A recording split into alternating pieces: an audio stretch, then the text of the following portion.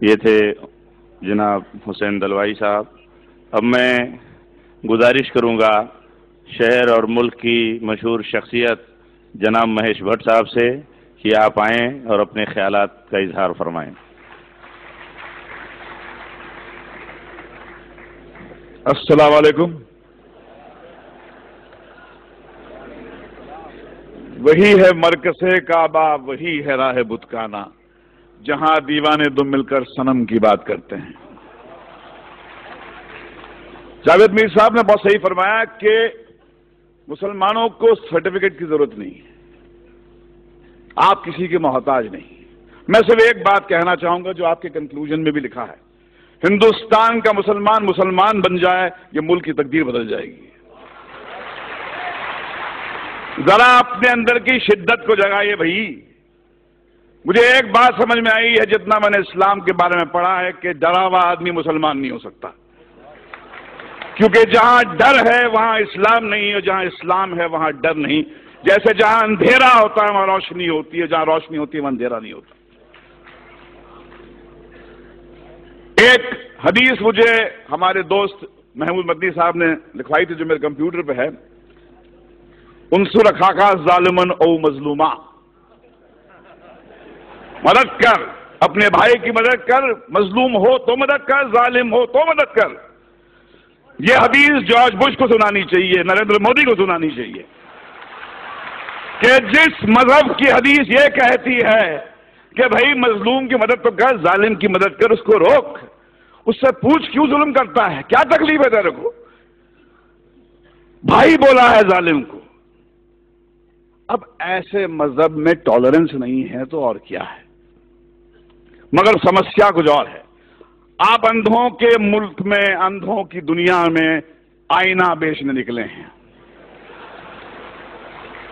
دنیا کا سب سے بڑا دہشت گرد وائٹ ہاؤس میں رہتا ہے، افغانستان کی پہاڑیوں میں نہیں رہتا ہے، اور یہ پورے دنیا کی حکومتیں، یہ 6 بلین لوگ، ان کی جرت نہیں ہوتی ہے کہ جا کے اس جارج بش کو ٹیررسٹ کر کے اس کو پھانسی پہ کے تختے پہ لے جائے۔ میں اوسامہ بن لادن کے خون کے کھیل کو نہیں معاف کروں گا، بشرطے آپ جارج بش کو بھی اسی طرح ٹریٹ کریں۔ ایک طرفہ بات نہیں ہو سکتی ہے۔ اسٹیٹ ٹیررزم کا آپ کنڈون کریں گے اور ان کو کہیں گے ٹیررسٹ، جیسے کسی نے فرمایا تھا مولانا دریا والی صاحب نے کہ بھیا کہ آپ نے بام بلاسٹ کے جو ایکیوز کو تو ٹیلی ویژن پہ چیخ چیخ کے اناؤنس کر دیا کہ ہاں یہ صاحب ان کو یہ سزا دی گئی ہے، مگر بابری مسجد جب شہید ہوئی اس کے بعد میں 1000 لوگ تو یہاں مرے تھے، ان کا کیا؟ کون دے گا ان کو سزا؟ کہاں جا کے گڑ گڑائیں، کس سے بھیک مانگیں؟ آج تو ہماری یہاں پر سرکار این سی پی اور کانگریس کی ہے۔ کیا ہوا شری کرشن کمیشن رپورٹ کا؟ جو سماج انصاف نہیں دے سکتا وہ ٹیررزم سے مکت نہیں ہو سکتا۔ اگر آپ کو ٹیررزم سے مکت ہونا ہے تو انصاف دینا پڑے گا آپ کو،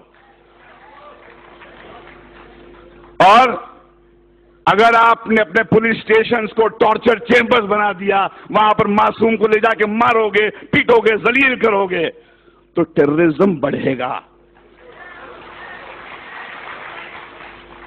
ہمیں ایک ہی بات کرنی چاہیے، وہ یہ ہے کہ ہمارے اندر وہ جرت ہونی چاہیے۔ حدیث آپ کی ہے، رسول اللہ نے فرمایا تھا کہ سب سے بڑا جہاد کیا ہے؟ ظالم بادشاہ کو اپنا صحیح چہرہ دکھانا۔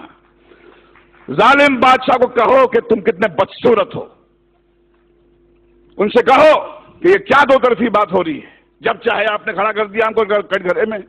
اور دیکھیے جارج بش بھی کہتا ہے کہ اسلام تو مذہب پیس کا ہے، ٹالرنس کا ہے، مگر فیکٹ یہ ہے کہ جہاں داڑھی والا نظر آتا ہے آپ بولتے ٹیررسٹ ہے۔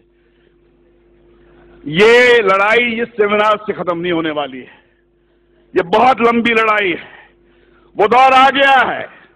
رسول اللہ نے فرمایا تھا اسلام آپ کے ہاتھ میں جلتا ہوا کوئلہ بن جائے گا، جس میں دم ہے وہ بنے مسلمان اور جیے شان سے، مگر کسی کے سامنے گڑ گڑائیے مت، کسی کے ساتھ کسی کے تلوے مت چاٹیے، کیونکہ آپ اس طاقت سے کنیکٹڈ ہیں۔